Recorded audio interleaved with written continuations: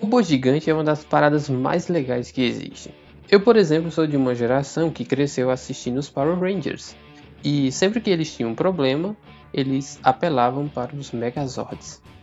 Os Tokusatsu é esse gênero de ficção científica japonesa que trazia esses personagens estilo Jiraiya, que sempre no final do episódio ia para uma pedreira e invocava uma criatura gigante. Eles summonavam uma criatura, entravam para dentro dela e controlavam ela para lutar contra um outro bicho gigante muito massa. E os Tokusatsu fizeram e ainda fazem bastante sucesso. E nesse gênero de robôs gigantes aparecendo em séries japonesas, surpreendentemente, um dos primeiros personagens que teve o seu robô, eu tenderia a dizer que foi o primeiro, mas eu não tenho certeza, foi o Homem-Aranha, o Spider-Man. Essa série do Spider-Man, ela é muito interessante, provavelmente eu vou trazer ela aqui em um vídeo algum dia, mas é basicamente que esse Spider-Man era uma versão Power Rangers meio chifrinho do nosso querido Cabeça de Teia. E não entenda mal, o chifrinho não é uma coisa ruim, é só porque digamos que não tinha tanta qualidade assim essa série. Ou tinha, dependendo do que você entende por qualidade. A série do Spider-Man, os Power Rangers, os diversos filmes do Godzilla que surgiram ao longo dos anos, tinham bastante maquetes sendo quebradas e são inspiração direta para o que eu considero o melhor filme de robô gigante de todos os tempos, O Círculo de Fogo.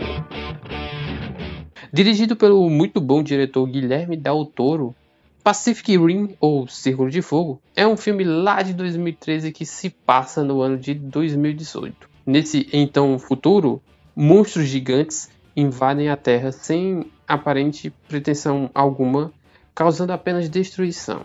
Eles invadem por uma fenda que tem no Oceano Pacífico, por isso que é Pacific Rim, e eles acabam atacando as cidades que são costeiras ali do Oceano Pacífico. Diante de uma ameaça tão grande, os governos do mundo se juntam, deixam de lado antigas desavenças e criam o projeto Jäger, ou como está escrito, Jaeger. E no melhor estilo qualquer série de Power Rangers, a gente tem muito robô gigante batendo em monstros gigantes.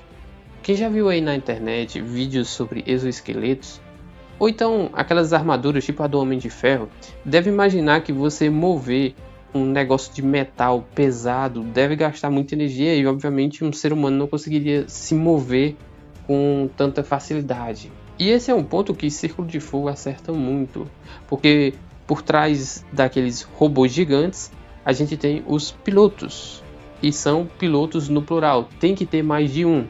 O robô é ligado à mente dos usuários, de modo que os movimentos daqueles usuários respondem no robô. Pacific Rim se inicia com os irmãos Beckett indo proteger a costa de um país que está prestes a ser atacado por um kaiju. Os kaijus são essas criaturas gigantescas que saem da fenda que foi feita lá no Pacífico. E nessa luta, um dos irmãos acaba falecendo e meio que essa morte traumatiza o outro irmão. E é interessante como o filme mostra que no início, quando os Jägers começaram a lutar contra os kaijus e foram tendo vitórias, toda a opinião era a favor da iniciativa Jäger. Mas à medida que o tempo ia passando, as invasões continuavam e cada vez ia saindo kaijus maiores, de modo que os Jägers não iam dando conta, que basicamente foi o que aconteceu com os irmãos Beckett. Eles tinham o Jäger deles, só que o Jäger deles foi de rodo. De modo que o Beckett, irmão que sobrou, ele vai trabalhar numa nova solução que a humanidade planejou, que é a construção de muralhas. Então, de maneira geral, a gente tem criaturas gigantes, os kaijus, que cada vez aparecem mais fortes, lutando contra robôs gigantes, que, bom, eles não aparecem sempre mais fortes, a tecnologia demora um pouco para evoluir. E ao longo de 5 anos de batalhas, a humanidade resolveu que fazer muralhas era mais importante que investir em robôs. E o Beckett acaba indo trabalhar numa dessas muralhas, porque para fazer isso tem que ter coragem. E se em Os Vingadores a gente tem o Nick Fury recrutando os heróis, aqui a gente tem o Idris Elba interpretando o Coronel Pentecost. E ele também vai recrutar o Beckett porque ele tem um excelente plano, que não é tão bom assim, para derrotar os Kaijus. Eu digo que o plano não é tão bom porque o filme conta que eles já tentaram destruir a fenda, que é um movimento óbvio. Se as criaturas estão saindo de um lugar, se eles estão saindo de uma porta, você vai destruir a porta. O Pentecoste era, digamos que, pressionado porque, bem, os Jägers estavam acabando e eles tinham que resolver aquele problema. Então ele tem um plano que é atingir a fenda com uma bomba termonuclear ou nuclear, ou era só uma bomba, eu não lembro. E ver no que dá. Tem que destruir a fenda. E eu fiz essa explicação breve aqui. E eu vou dizer: isso aqui é muito bom. Porque uma das piores coisas em filmes de monstros gigantes é que geralmente eles tentam mostrar muito dos humanos e pouca lutaria e brigação. E isso não acontece aqui. Isso tudo que eu falei aqui acontece no primeiro ato do filme. É negócio de 15 minutos você tá resolvido aqui. Com 15 minutos você já vê robô batendo em monstro, você já vê o que aconteceu com os irmãos Beckett, você já vê que um deles, o que sobreviveu obviamente, é recrutado novamente para lutar. Isso aqui tudo é muito rápido, o que é maravilhoso. Eu quero ver monstros se batendo, quero ver robô gigante derrotando monstro de sangue azul, e é isso que tem aqui. E uma outra característica que eu gosto aqui da parte humana desse filme é que o nosso querido Beckett, ele não é nada especial, como ele mesmo diz. Ele não era lá essas coisas, mas ele sabia se defender numa briga e tinha uma ótima sincronia com seu irmão, que era piloto. Aparentemente, como o filme deixa entender, o mais importante é você ter compatibilidade com o outro ou os outros pilotos que estão no Jäger. E até isso é bem trabalhado, já que o Beckett vai fazer dupla com a Mako, que é a braço direito do Pentecoste, que foi recrutada por ele depois de uma batalha. E eu vou dizer, ela é boa de porrada. E de primeira, eles não sincronizam, mas quando eles sincronizam e entram em ação, pô, bem legal.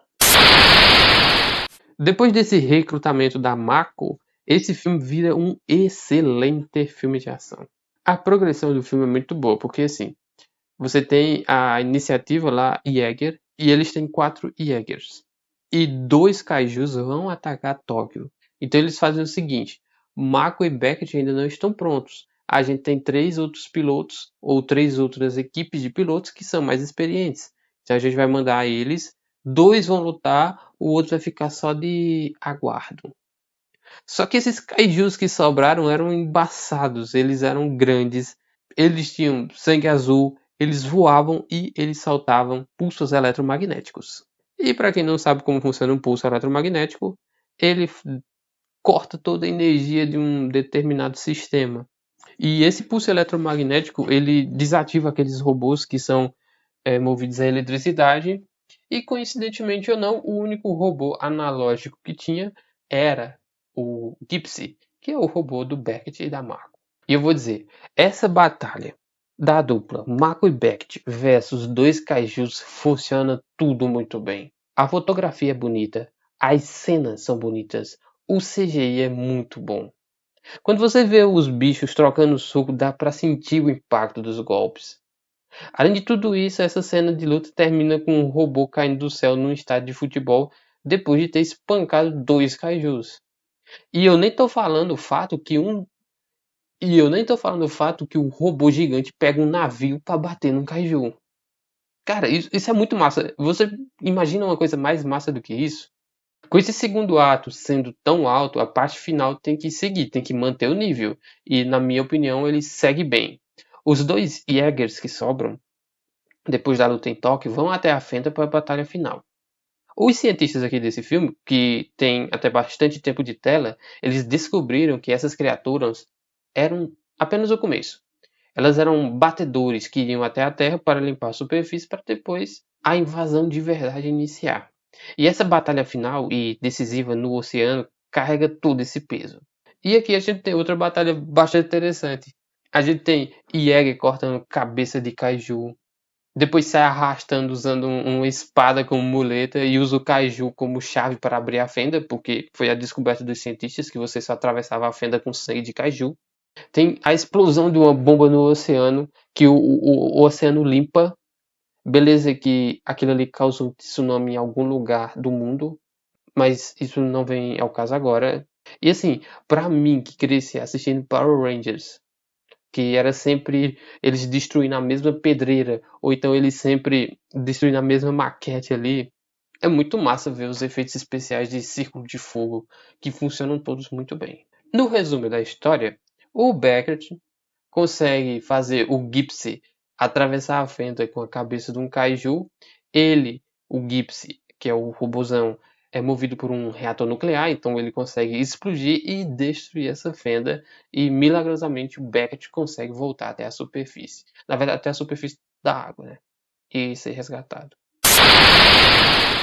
E dito tudo isso, no gênero monstros gigantes, robôs gigantes, eu acredito que esse filme, O Círculo de Fogo, seja o melhor.